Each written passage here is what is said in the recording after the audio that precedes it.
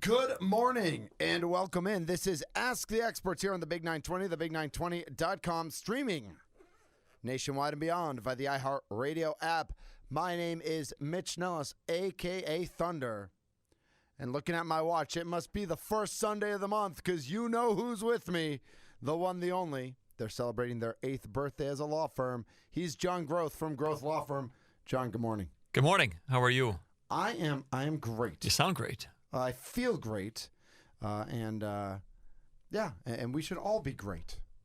It's a good day to be great. It is. So this week, you guys celebrated your 8th birthday, your 8th anniversary as a law firm. That's right, 8 years. So it's exciting. It is exciting. It's kind of shocking that we've been around for 8 years. I don't feel that old. I've been a lawyer for 18 years. You don't look that. I was going to say, you've been a lawyer longer than 8 years. So correct. You had other jobs before that. So what made you take the leap that you were working for somebody else or you were trying to figure out what you wanted to be when you grow up? Hey, how about I open up my own shop? How do you take that leap? Boy, I didn't have that, I guess, that goal way back when that I would have my own law firm. But okay. Just you kind of look at the numbers and figure out, like everybody does, hey, can I do this better, or can I make more, or can I have a better quality of life or something like that. Sure. And I decided that I could. That was the hope, and it's worked out well. Yeah, I was going to say 8 years in, yeah. Feeling good? I feel good. Yeah. We have more staff than we've ever had. We're in a new office on 111th and Blue Mound, and things are going well. So did you celebrate? You go out, you pop a little bubbly or anything? My wife and I went out to eat, and she did get some champagne. There you go. Yeah. I thought she was getting 3 drinks for herself. She ordered two bottles. Sorry, 2 glasses of champagne and a drink, and I had my beer. And I said, "That's a lot of drinks for you, honey." Yeah. She goes, "Well, one's for you." I was like, "Oh, okay." So we each had champagne and then a drink. Yeah. Nice. Made a little more sense then. It made more sense. It didn't make any sense initially. Then I was like, "Okay, I understand what's going on." Well, congratulations. Thank you. Thanks. And so 8 years in. What have you learned? What has surprised you? You know, what's maybe one of the things that, as a business owner, you went to law school, you were a lawyer, and you practice law. Well, it's more than that.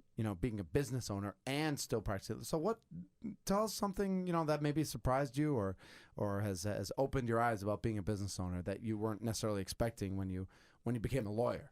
Well, when you're in law school, what you're taught really is that the law is this magical, mysterious, lofty kind of profession. Okay. And that all you have to do is just be a lawyer, and that's it. Mm-hmm. And then when you have your own shingle and you're doing this, you realize you have to pay the bills, and you have to do certain things. Just being a lawyer isn't good enough.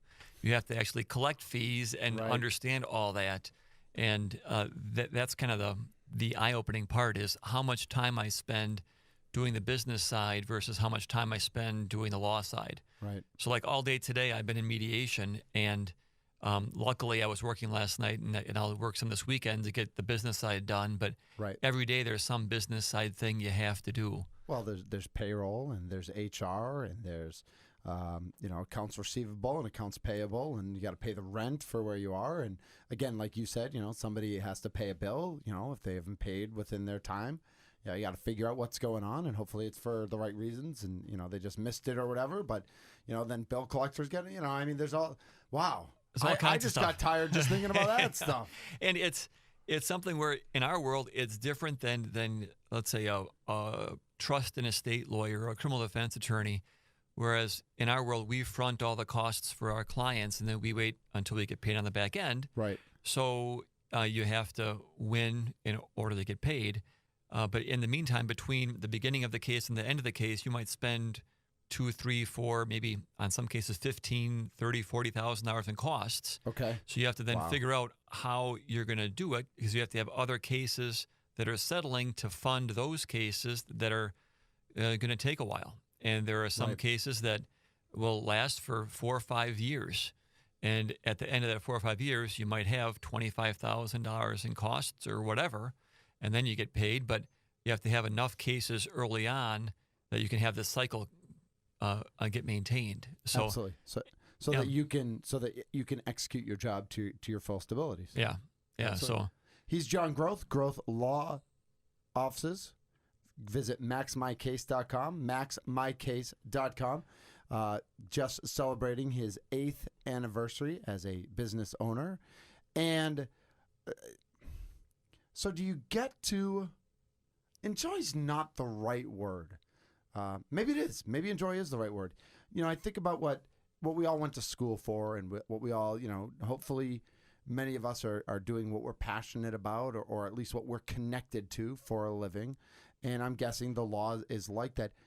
So do you get to enjoy the law often enough, do you think, as a business owner or as a lawyer in general? You talked about in law school where law's kind of this magical thing. Do you get to, again, I don't know if enjoy is the right word or not, but do you get to enjoy the law enough?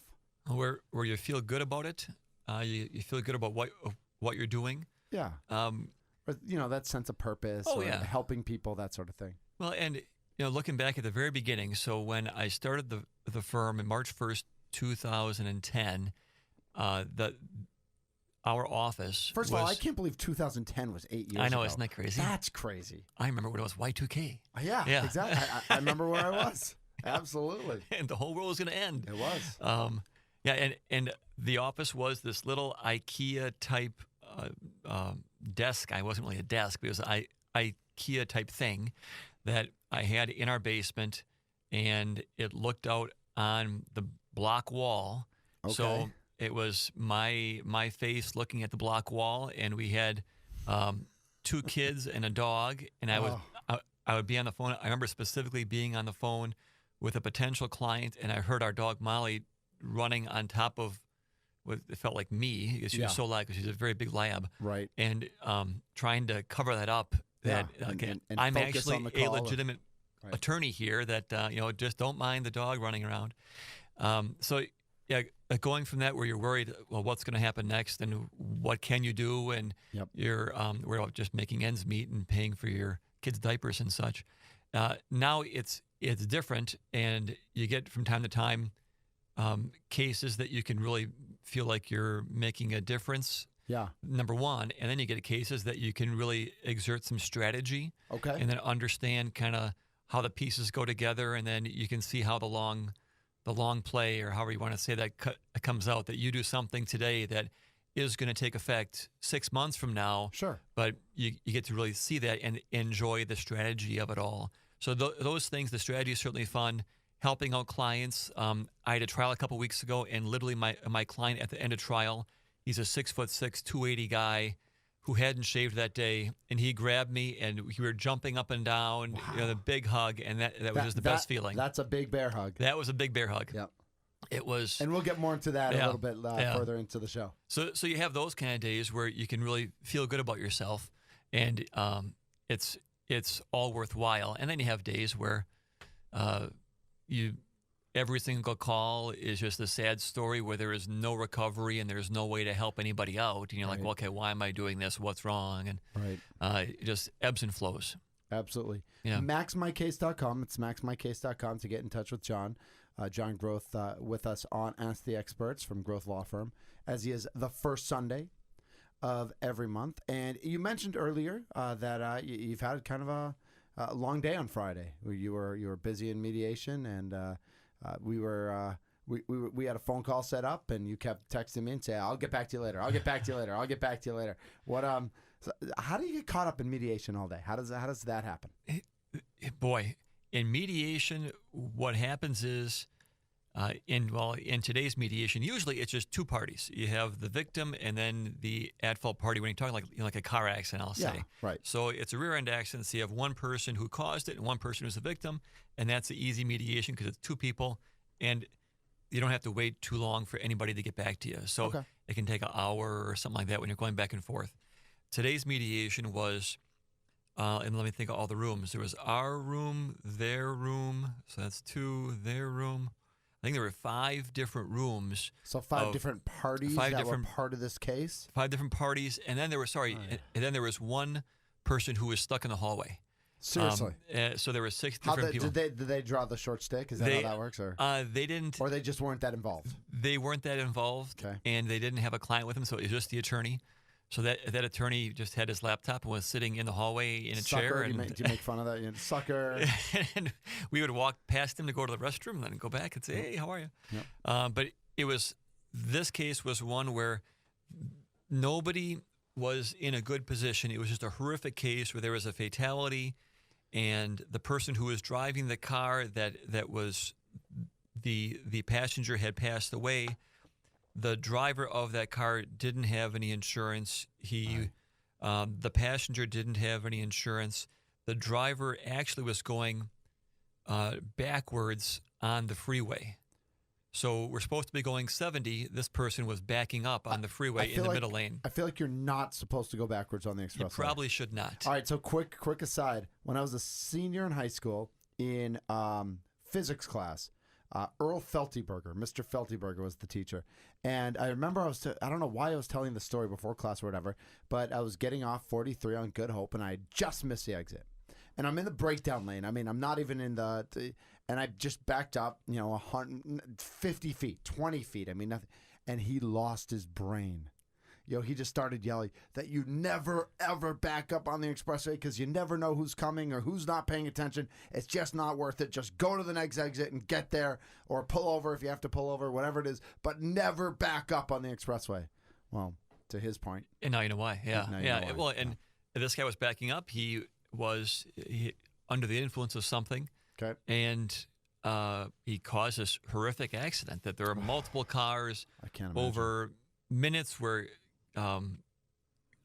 car collision happens, and then about a minute later, another car collision happened because somebody else wasn't paying attention, and they just ran through the accident site. Right. It was unbelievable. So there are all these different parties. I feel like I did that once, but it wasn't that horrific or anything like that. But, where there were 2 or maybe 3 cars, and, all of a sudden you look up and you're just flying through the site because you had no warning, really. You're coming around a bend or whatever it is. And you assume everybody's going the same speed. Right, They're exactly. not stopped. Yes. Because we do, as humans, I think we have that assumption on the expressway that everybody's driving the same speed, essentially, on the expressway. And you don't realize how much ground you cover in a second going 70 miles an hour. Yeah, that's a lot. I mean, that's approximately 100 feet. I mean, it's really, Wow.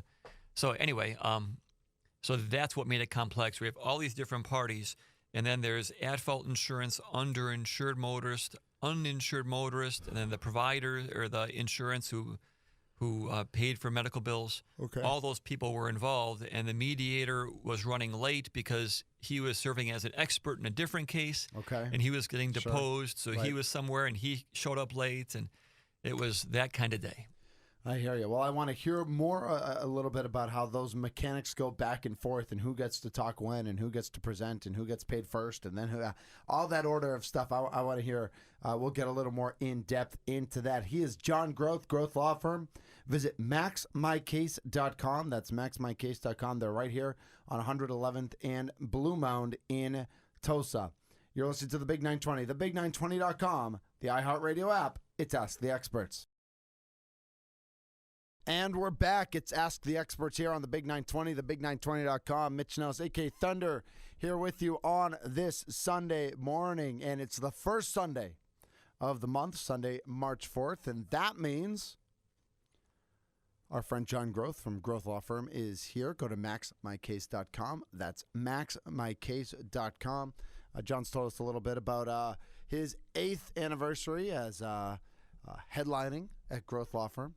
You're the headliner. You get center space on the stage. I haven't been called a headliner before, but sure, I'll take it. Yeah, absolutely. Yeah. And John spent Friday in mediation all day and I know that because we were supposed to have a phone call in the middle of the afternoon, and I kept getting texts from John saying that it's running late, and I got an email Thursday that said, "Oh, I'll be done by 1."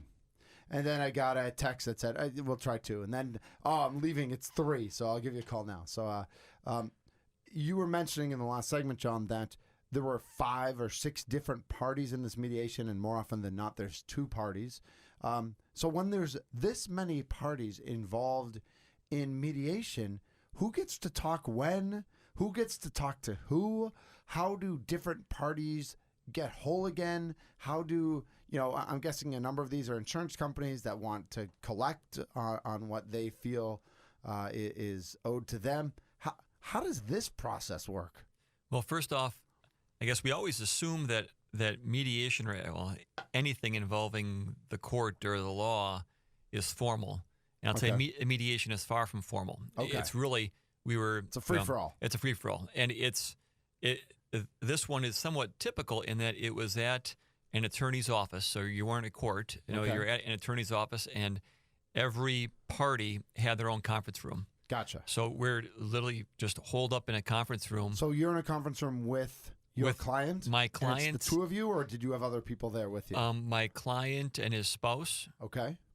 Well, his wife. But Sure. those two. So it was the three of us. Okay. And I was joking that we could maybe play hangman, or we could do something, or Links, or whatever that game would be, because we were a lot of looking at each other. A lot of looking. Yeah. If you can't talk, it's going to be an awkward 6 hours. So luckily we get along pretty well, and we had lots to talk about because kids and that kind of stuff. But that's somewhat what happens in a mediation, is that you're in a room most of the time. The mediator just, as like a bumblebee, just goes from room to room to room, buzzes around. Okay. Sometimes what will happen is the mediator will take every party at the beginning of a mediation into the biggest conference room and then kind of talk to everybody and make sure that all the parties are on the same page, or make sure that all everybody has time to air their grievances or something like that. Right. But it's like Festivus every day. It's almost like Festivus, yeah, for the rest of us.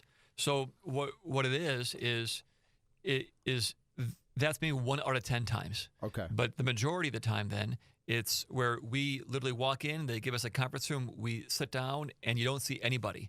So really, you could be, it could be just some massive scam that nobody else is there. Right. Because you wouldn't know unless you meet him in the bathroom. Because you're sitting there, Because you're sitting there.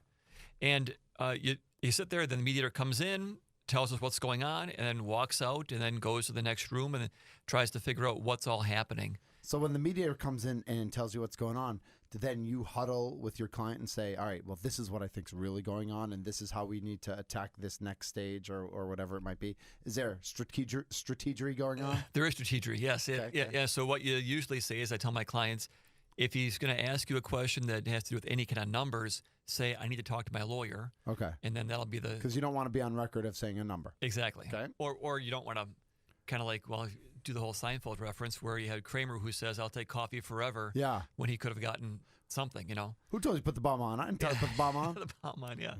Exactly. So Jackie Childs, right? Is that Jackie Childs? That is absolutely it is, yep. So the mediator leaves, and then I talk to my client and say, okay, this is what I think is actually happening, because if you heard the inflection of his voice or this or that, or he said he's going to them next, or just came from these guys, then you can kind of figure out, and you really try to read between the lines as to what the heck is actually happening, because you can't trust anybody because it's all lawyers. Now, the mediator, though, doesn't have a dog in the race, does he? The mediator does. I mean, can you at least trust them that they really did come from this room and they're really going to this room next? I think the old saying is trust but verify. So you don't trust anybody. Right. But, you don't trust anybody. And one of the underlying problems is ego, because the mediator wants to settle the case as a matter of just ego. You know, mediator. I'm the mediator who settled this case. Exactly. Look at me. Yeah, I'm the whiz.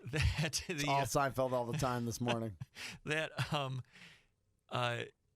There's no other way to compete with anybody else, because there's not two mediators, there's just one mediator. Right. So the mediator wants to get something done. Okay. So they might try to get somebody to take less, knowing that will settle the case.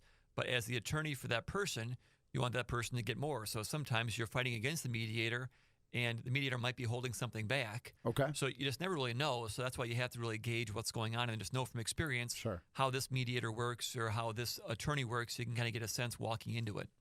Gotcha. So you're in the room and you're with your clients, and your client's spouse is there, or at other mediations, I'm guessing maybe there are other people in the room, or maybe it's just you and one other person.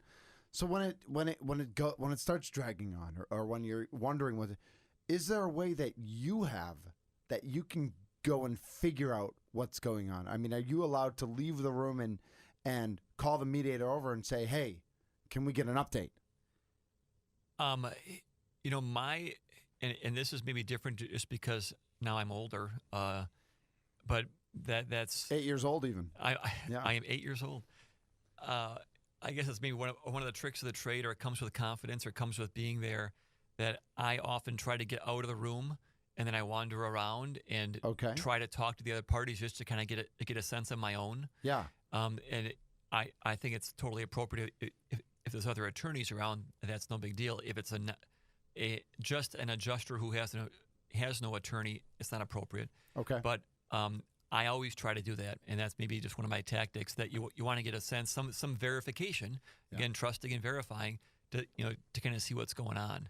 Do you? I'm guessing you go into some of these, and whether it's just you and another party, or like this one on Friday where there are a bunch, where maybe you know some of the other lawyers, or maybe you've worked with or against each other before.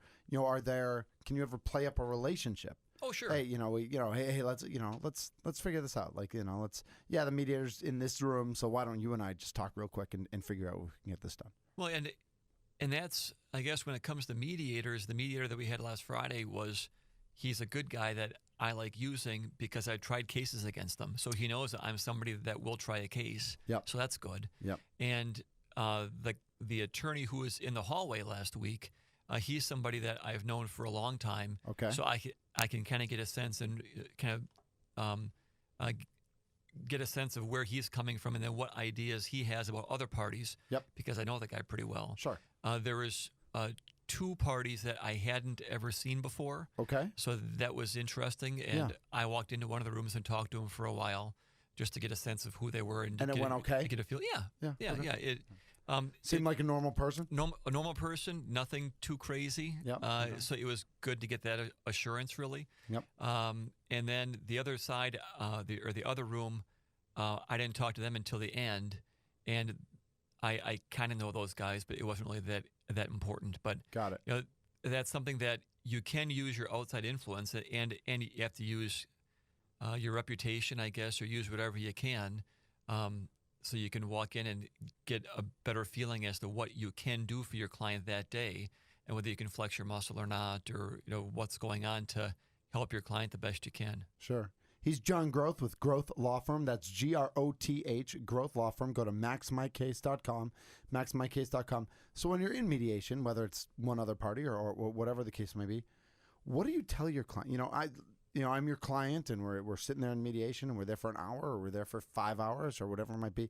What, besides small talk and kids and that sort, pertaining to the case or pertaining to life or whatever, what type of conversation are you having? What advice should I have if I know I'm going into mediation with my attorney, and then if I'm hiring you as my attorney, what should I know about the mediation process? Sure, and I'm a little bit different because we know that, John. I mean, we could drop the mic right now. That's assumed. I can tell you that what I like to do is get ahead of expectations. So because this is many times the only time somebody ever is going to be in a mediation. Sure. So they're going to be freaked out as what's going on. Am I going to court? Am I doing this? Yeah. Am I going to be under the sitting bright in lights? This room, we're being quiet for 2 hours. What is going on? Yeah. And so they're not disappointed that, okay, well, that's all mediation was. I was sitting in somebody's conference room. That's kind of weird. So what I like to do is meet with the client or talk to the client certainly days beforehand and get a sense and tell them. And I have a sheet that I have, what is a mediation that I give to the client. And then we go through, okay, this is the mediation. This is what's going to happen. And if we're looking for, if we think your case at trial is worth X amount of money, we can settle for Y amount of money at mediation because of these tactics, or because of things we can get this person to take less of, or this person to pay more, or if it's coming from this particular entity, then we have a made whole argument, or a rhymes hearing. All these different tactics you can use to maximize the settlement. And it all goes back to maximizing your case. Absolutely. Maxmycase.com. Max my case. I know. It's corny, but it's true. So you want to have that so the client knows what's going on before mediation. So when you go into mediation, they're not freaked out and overly nervous, and then you have to kind of explain things 10 times over because it's just not comfortable. It's already an uncomfortable situation. Why make it more uncomfortable by having them walk in totally blindfolded? Yeah, so that makes a lot of sense. Then at mediation, what I usually do is for not today, not a case like, well, here, I have a case next week. I have a mediation that's going to be an average case, meaning it's a one-on-one, not 5 parties. Right. So on that case, what I will have is I'll have probably 5 different pieces of paper that'll say, I think their first offer might be X amount of money, and this is what that means to you. Okay. And then the next piece of paper is Y amount of money, and this is what it means to you. Right. And then a third and fourth, and then that's what it means to you at mediation. Okay. And then you have to look at that with those same pieces of paper. On the other side, it says what that same amount of money means at trial. Got it. Because between mediation and trial, the costs are going to increase, Sure. and the costs come off the bottom line of the client. Of course. So you could be spending, easily $5,000, $10,000 between mediation and trial. So you have to get if that much number, more. So if that number is 100,000, if I'm getting 100,000 at mediation, that's a lot more than if I'm getting 100,000 at trial. Exactly right. Okay. Yep, exactly right. And you have some tactics you can use at mediation to get maybe your payback to your chiropractor. So if the chiropractor wants $10,000 at trial, Yep. maybe they're willing to take, because the cost benefit analysis or time value of money, whatever it is, they'll take $8,000. Well, that's a $2,000 bump. Okay. So there are different ways again to maximize the value is by getting the ad fault to pay as much as possible, and your medical expenses to take as little, or your health insurance to take as little as possible. Sure. So you can get that difference as big as possible. He's John Groth with Groth Law Firm. That's Groth. Also go to maxmycase.com, maxmycase.com. Do you bring snacks? I do. Yeah, okay. I have. Do you tell people bring a cup of coffee or bring snacks or bring something if you're, if you want to do something or? Usually I do, yeah. Yeah. Because especially if it's something that starts like at 10 or And it's going to go over the lunch hour. It's going to go lunch hour, yeah. Do you ever order lunch? We do. Okay. Yeah, we do. Got a pizza or something? If it's a nice mediator, they'll actually order lunch for you. Oh, okay. And then you have cool. kind of the Scrooge mediators that they don't, and then they expect Right. you to order lunch, which is still fine. Yeah. But You still make it work. You still make it work. Yeah, I always have like a Fiber One bar in my Smart. briefcase. You just never know. We have So- Fiber Ones in our new kitchen area here at the iHeartMedia. Have you seen the new snacks here? But isn't that the one where you have to they trust that you're going to Right. be honest? Yeah. Yep. Yeah. And they have cameras set up. Oh, so, they do. You know, Oh, well then they can catch trust and verify. And verify. Yeah, I heard Yeah. that once. Yeah. He's John Groth, Groth Law Firm. Go to maxmycase.com. That's maxmycase.com. When we come back, John had a case a couple weeks ago. He's going to let us know how that went and some of the things that we can take away from that experience. This is the Big 920, thebig920.com, streaming nationwide and beyond via the iHeartRadio app. You're listening to Ask the Experts. Continuing Ask the Experts here on the Big 920, thebig920.com, streaming nationwide and beyond via the iHeartRadio app. Mitch Nellis, a.k.a. Thunder, here with you. Little plug, make sure you check out the Long Shot podcast on the iHeartRadio app. It's very funny, very clever. And Braun Strowman of the WWE will be appearing on it this week. Of course, I'm going to miss him because I'm going to be out of town, but it should be great with Josh and Armin and special guest Pat McCurdy. Back here on Ask the Experts, that's right, John Groth's eyes just lit up. You know Pat, right? Yeah, of course, Pat McCurdy, yeah. So I don't know if you know this or not because you're not a podcast lawyer. Is that podcast lawyer? I don't know if it's an IP lawyer or on IP, yeah, right. yeah, So okay. on podcasts, you're not allowed to play songs that you don't own the rights to or have permission to. So kind of like on the radio. Well, but on the radio, like when we're on the radio, we can play the first 30 seconds of any song we want. Oh, you can. Yeah, Okay. there's some rule where it's like up to 45 seconds. You're allowed to play whatever you want, Okay. and on podcasts, you're not allowed to play anything you don't have the rights to. Oh, okay. So we were starting this podcast, and we were like, it doesn't sound right when you don't have music coming in and music going out. And Josh, who's on our podcast, is actually good, close personal friends with Pat McCurdy. And so he asked Pat, can we use your music? And Pat said, sure. So Pat McCurdy does all the music for the Long Shot podcast. And with me out of town this upcoming week, Pat McCurdy's going to sit in and record the podcast with him. That's awesome. Yeah, so it should be So it's like should be a good I Am listen. Wonderful, or what's the song? We use all of them, Okay. Nude Party, Yeah. Sex and Beer, all the classic hits. Some new ones that I'm not as familiar with because Yeah. I've been seeing Pat McCurdy. I was thinking about it for 24 years. Oh, man. But anything he's done in the last 10 years, I've never heard before. We used to go, again, this is late 90s, Yeah. go all over the place. So did we. Yeah, and we were probably in the same place together at some point. I'll bet we were. I had the bumper sticker on the car, sex and beer bumper sticker. Yep. I mean, all that kind of stuff. Yeah. Oh yeah. Yeah. It was a long time ago. Long time ago. Last Thursday night, I may have danced with Pat on the stage at the Bay in Whitefish Bay and done a little sex and beer. That's awesome. It was a nice blast from the past. That's for sure. He's John Groth, Groth Law Firm, our guest this week on Ask the Experts, learning a little bit about podcast law and social media and all that sort of stuff. Absolutely. And John, earlier this, or I guess it's March now, so it was last month. Last month, a couple of weeks ago, had an opportunity to try a case, and John's not afraid of the courtroom. John will get dirty when he needs to. He'll get in there, and if there's a settlement to be made or mediation to be made, John's open to that opportunity. But when a case merits it, John is more than willing to get involved in that way. And a couple of weeks ago, you got involved in a case, John. That's true. Well, it's a case that's been around forever, it seems, and this is a case that there's some attorneys, and this is something that I learned years ago, that you have to try the A cases. You have to try good cases. Yeah. That's just the way it should be, so you can keep insurance companies honest, or certainly know what the value of a case is and things like that. And this is a case that my clients are just the nicest people ever. Good Packer fans, even though they're from out of the state. But that helps sometimes when you have nice clients. Yeah, correct. Because I'm guessing you've had clients who aren't the nicest people in the world either. Grumpy clients, I'll call them. Yes. Yeah, grumpy's a good word. Nice way of putting it. Yes. But these, just a super nice guy, great guy, and good family.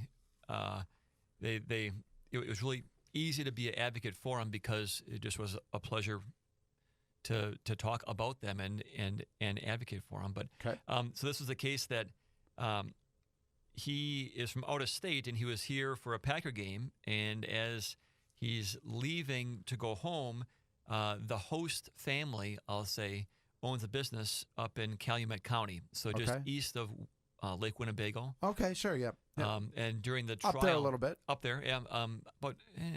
not quite not 2 hours away, but yeah.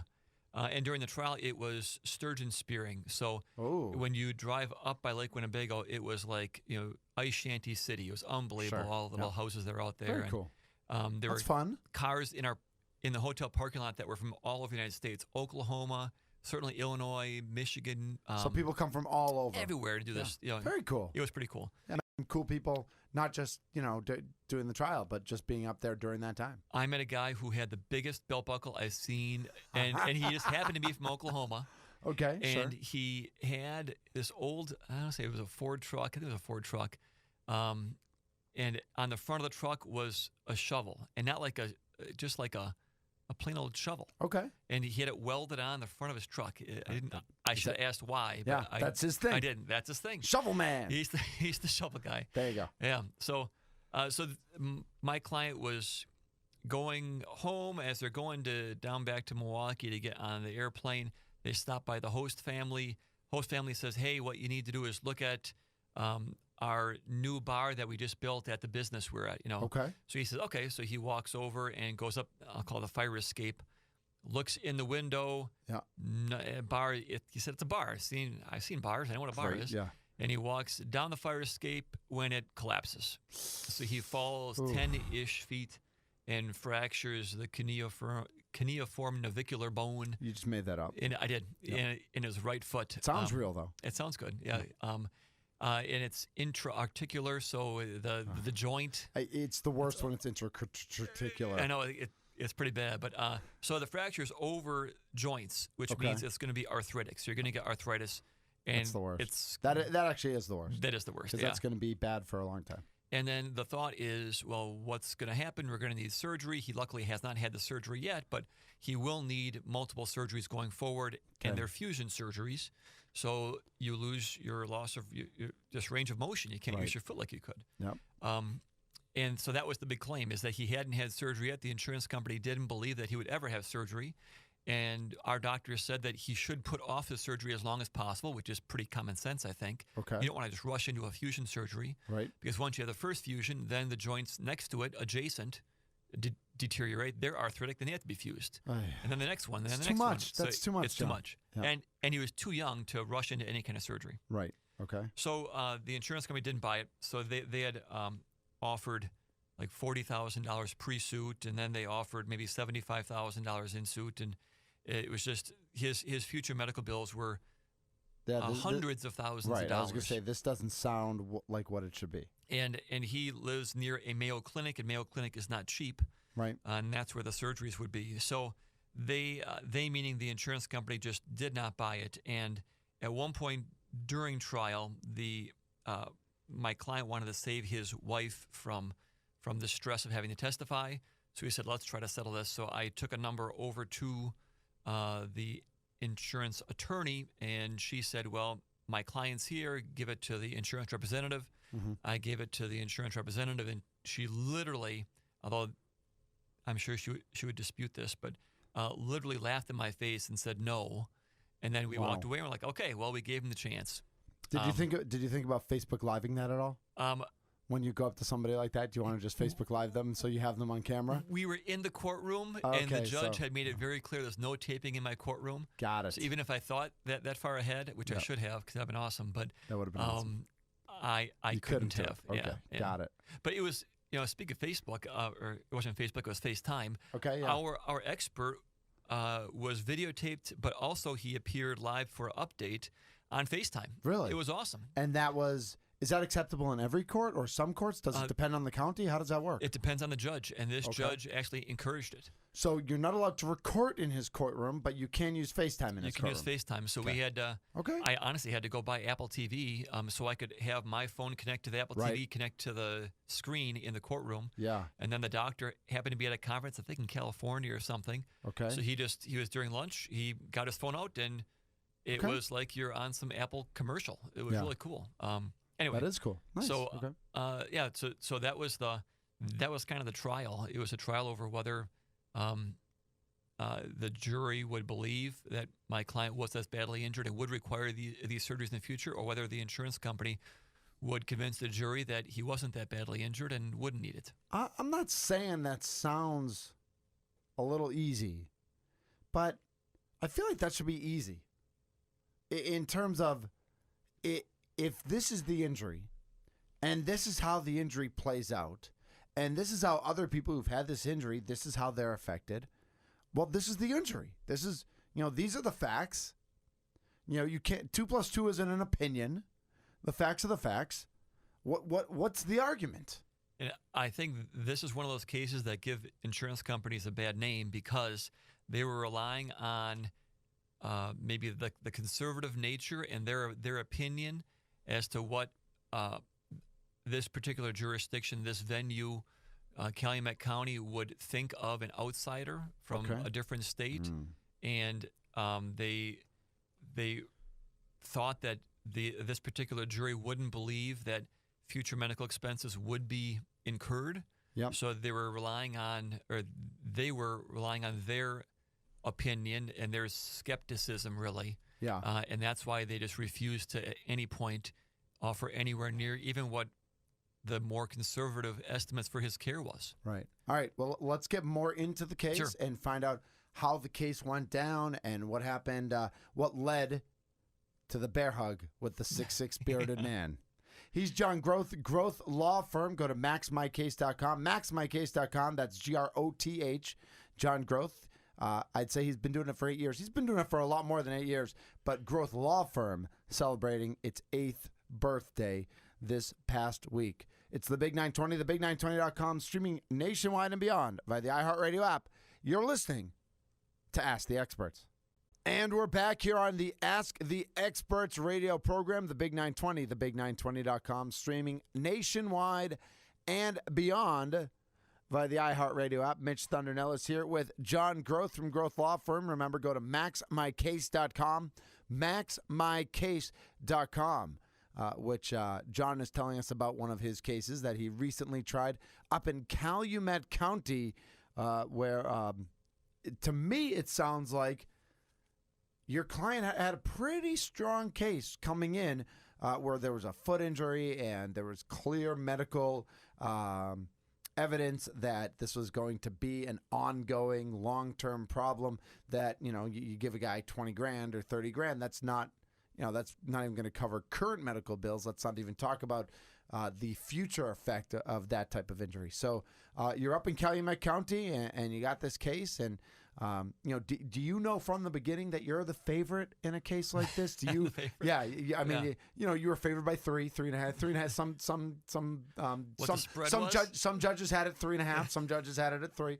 Yeah. But going into a case like this, do you know that that it should go your way? Do you feel that way about all your cases? Are some riskier than others? How does that, Yeah, certainly some cases are riskier than others just based on what the defense does on the medical side, for example. Okay. Some cases are risky because if you have our doctor who says that, yes, this is an injury from a car accident, and then a doctor that the defense hires that says these injuries were not from a car accident, they were because you're 1 day old or whatever, then there's some risk. Yeah. Now, even with those kind of situations, you have to look at and know the doctors. And if it's a plaintiff's doctor that is like a Dr. Nick or somebody that's not going to testify very well, that's not good. Sure. And if it's a defense doctor there are some defense doctors who have literally made millions and millions of dollars only doing defense medical exams. Those doctors are pretty easy to explain. Well, hey, they're bought and paid for by the insurance company, so they're very, very biased. So you can get a sense with experience where you're at and what the risk is. Okay. In this particular case, we had a doctor who was very experienced, very good, was on a board in his state to oversee other doctors, so he had that going for him. And in this case, the defense had sent my client to a doctor in Pewaukee for they call it an independent medical exam. We call them insurance medical exams or defense medical exams or adverse medical exams. Okay. Because they're no way in any way independent. Right. So they sent. I've heard that about IMEs. They are. Well, that's a whole other. Exactly. That's it. Yeah. Absolutely. So he goes and sees this doctor, and the doctor did an exam, was there with him and his wife for, let's say it's an hour, and the defense named the doctor, and I was ready to take the doctor's deposition or do what I ever had to do, and then the defense withdrew the doctor. Okay. So why he did, I can assume, I think we would all know why. You can make an educated guess. That they didn't disclose a report, and they withdrew the doctor from testifying. So in that particular situation, there's things called jury instructions. And that's what the judge reads to the jury, and it really says what the law is in layman's terms. Okay. So you have to decide, the attorneys have to decide what jury instructions should be read to the jury. Got it. To instruct them on the law. And that's something that if you instruct the jury about the wrong law, that's an appellate issue. Okay. So the trial is not going to be your last step. You're going to go up to the Court of Appeals or the Wisconsin Supreme Court, and that's why you have those Court of Appeals and the Supreme Court to deal with that kind of stuff. So we argued for, and we were successful in that the judge read what's called the absent witness instruction. Okay. And the absent witness instruction says that if it's more likely that one side versus the other would or should have called a witness, and they didn't, and they have no good explanation for it, then the jury can infer that what that witness is going to say is against the party that should have called them. Right, was not going to help them. Not going to help. So that was part of. So that helps. That helps. When that happens, enormously. When that happens, do you just like get a smile on your face? You're just like, well, you got to be poker face. You got to be poker face. But on the inside, you get a little butterflies, little unicorns, gumdrops, rainbows. Well, and this is something where it's kind of. I'm sure I said this before, that it's like playing chess, where you have to know 6 moves ahead. So last year, I found out about this doctor, and I was like, okay, well, now I'm going to try to position the case that I can ask for that instruction. Yeah. So you have to be ready way back when with how you're going to position the case. So then come February 15th, when I was asking the judge for the instructions, I could say, because of this, I want that read. Man, you're a good lawyer. That's awesome. It's the long play or whatever. Yeah, absolutely. But that's part of the process. That's part of doing your job. And I'm guessing there are, and part of it's probably experience. But part of experience. But part of that is, I'm sure there are some lawyers who who don't see things as strategically, and maybe they miss an opportunity. Yeah. Or you just don't know what you don't know. That's true. You know, and luckily some, with the firms that I've worked for in the past, I've had a lot of really good experience having trials and argument before the Supreme Court and that kind of stuff. That you get that knowledge base, and you can help your clients now from what you learned in the past, and that's just, well, that's with everything, right? Yeah, absolutely. John Groth, Groth Law Firm, Groth. Go to maxmycase.com, maxmycase.com. Okay, so you're going through the case, and things are looking good. Mm-hmm. Yeah, and we offered to settle it before the jury came back, and they laughed in my face and said no. And then the closing argument was fantastic. It was fun to do because did you do a 360 slam dunk? If there did was, it feel like it? It felt pretty close to it. Yep. Yeah. Okay. I guess in my backyard, I can take the net and bring it down. Right, there you go. Yeah, so that probably would be a very similar feeling. Yeah. So closing arguments go well. The other side's closing arguments aren't nearly as compelling. The jury goes back. I mean, at some point, the other side had to know they weren't going to win. I mean, did they think they were still going to win this? Can they come back to you then and say, all right, no, we'll take that. We'll take that. They could have, sure, yeah. Up until the moment that the jury really speaks the words of this is the verdict, you can settle the case. Okay. At any point, yeah. And there's been, I had a case it was now 2 years ago, where the jury was supposed to start a jury trial Monday. On Friday at 4:13, I think it was, I remember getting a text that the defense attorney said, okay, we're going to settle now. Okay. It's like, well, but I just prepared all week for this trial on Monday. Right. And the defense attorney, in my opinion, wanted to see if I was going to go through with it. Oh, okay. And he was going to see who blinks first. So they waited till the last second. They should have known better. They didn't know who they were dealing with. John Groth, Groth Law Firm. Groth. There are, I think, some insurance companies, some attorneys that want to see what you're made of. Okay. And I think that's just kind of what the reputation is about. I would say on some level it's worth it then. I mean, because you're putting the work in and you've done your due diligence. And yeah, I'm sure it's frustrating to get a text at Friday at 4:13. I was ready for this case. I've been working all week. I put out, I missed my kids this, or I missed the, but it's almost, that's part of the process. And I think clients would like to know that that's the kind of guy you are, that, even if you think somebody's calling your bluff or whatever they might be doing, that you're going to be prepared no matter what, to max my case. Yeah, no, I agree. I think it's something that it's important that your client trusts that you have their back. That you know what's going on, and that no matter what, you're going to do it. So if you tell them, what, I think you should settle, it really is because I think you should settle. Versus, absolutely, I want to have this night or that night free. Right. Because I spent many mornings where I get up at 5 a.m. and drive to court because it's a trial in Rock County, for example, and then that's what you got to do. You just got to do it. Yeah. So the jury comes back, and jury comes back. My client was at dinner, so we had our closing argument. The closing argument ended at around 5 o'clock, and this is unusual for Wisconsin, or unusual for Milwaukee, I should say, to have anything happen beyond 4:30. Okay. In Milwaukee County, they shut things down at 4:30 approximately. But up there, it was fantastic. We got to go until a little bit after 5. Okay. Did our closing arguments. The jury went out. They ordered pizzas. They wanted the sheriffs to go and pick up some pizzas, come back. Sure. Jury deliberated over pizza. And then at about 7:30-ish, the clerk came and said that we're ready, and the jury has a decision. And my client had just went out for dinner. Okay. So I called him and said, hey, you want to come back? And he's like, we just sat down. So the jury, I said, okay, he's going to waive his appearance. Okay. So the jury comes back, gives the verdict. It was a very good verdict. Yep. And everybody leaves. I then get in my car to kind of go to the restaurant to tell him face to face that it was a good verdict. He ended up passing me on the road, so I had to do a U-E quick and go back to the courthouse parking lot, I guess I'll call it. Okay. Big empty area space. Sure. And I get out of the car, he gets out of the car, and I tell him the news, and he just went ballistic. And it was awesome, because then it was him and his wife just screaming and yelling and giving us hugs and shaking our hands, and it was a very good feeling.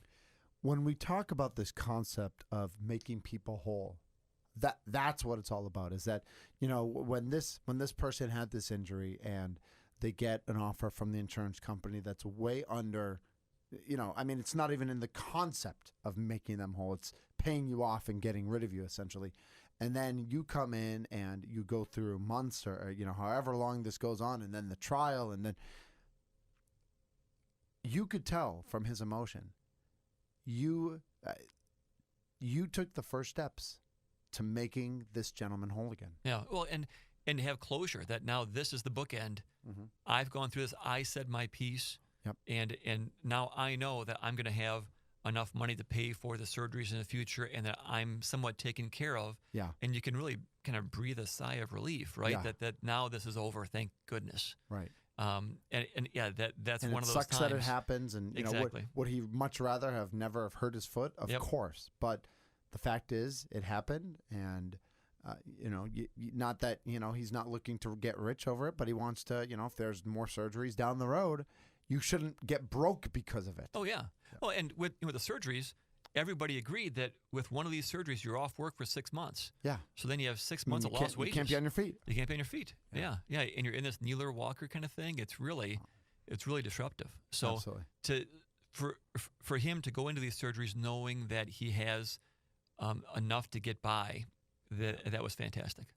John, thanks so much for sharing these Thank stories you. today. Thanks. It's always, I always learn so much about the process and about, you know, what, you know, to me, it's it's a picture of the human condition and what's, you know, when you talk about mediation and what goes on in that and what goes on during a case, and, you know, this was a great outcome, and you've shared with us in the past that you've had cases where you thought you should have won and they didn't go your way, and that happens too. But just examining the human condition and what goes into helping people get whole again and what brings them closure and that sort of thing, it's always very insightful. So thank you so much. Well, thanks for having me. Absolutely. Thank you very much. Yes, he is John Groth. Go to maxmycase.com, maxmycase.com. Groth, right here, 111th and Blue Mound in Tosa. For everybody here at the Big 920, thebig920.com, and the iHeartRadio app, you've been listening to Ask the Experts.